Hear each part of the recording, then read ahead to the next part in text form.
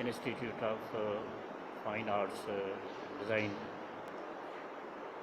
उन में ही ॿार जेके सुबुह जी शिफ्ट में टेक्सटाइल डिज़ाइन पढ़नि था, उन्हनि जा ई प्रोजेक्ट्स आहिनि जिन्हनि ठाहिया आहिनि। टेक्सटाइल में हुननि जा कपिड़ा जेके आहिनि उन्हनि खे उन्हनि शो कयो आहे, बाक़ी पंहिंजे पोस्टर ते कपिड़नि खे ॾेखारण वारा काफ़ी महिनत वारी शयूं हिन ॿारनि ठाहियूं आहिनि।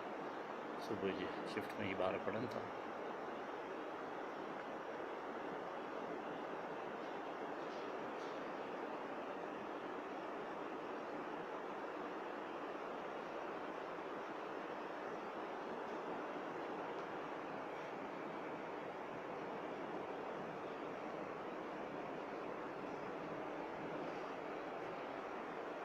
अल्ट्रा मार्ड ड्रेस में हिननि सिंधी कलर ॾिना आहिनि दिल्लीअ वांगुरु, ॼण हीअ आहे जीअं असांजे सिंधी फ़क़ीरनि जी टोपी थींदी आहे, अहिड़े क़िस्म जो वांगुरु ठाहियो आहे।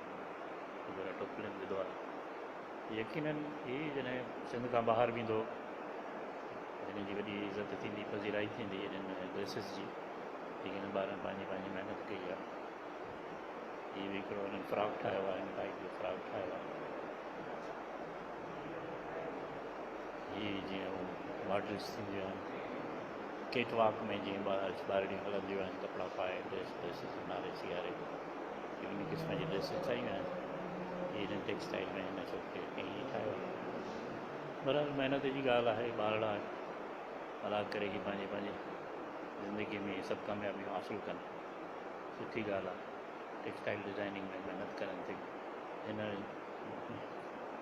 ख़ातून ॾाढो कपिड़नि ते तमामु वॾो ज़ोर ॾिनो आहे, एॾा वॾा कपिड़ा ठाहिया आहिनि, पाता आहिनि। अमीर माण्हू पाए सघे थो, बहरहाल सुहिणी शइ आहे, तमामु वणंदड़ आहे, पंहिंजी महिनत तमामु ख़ूबसूरत।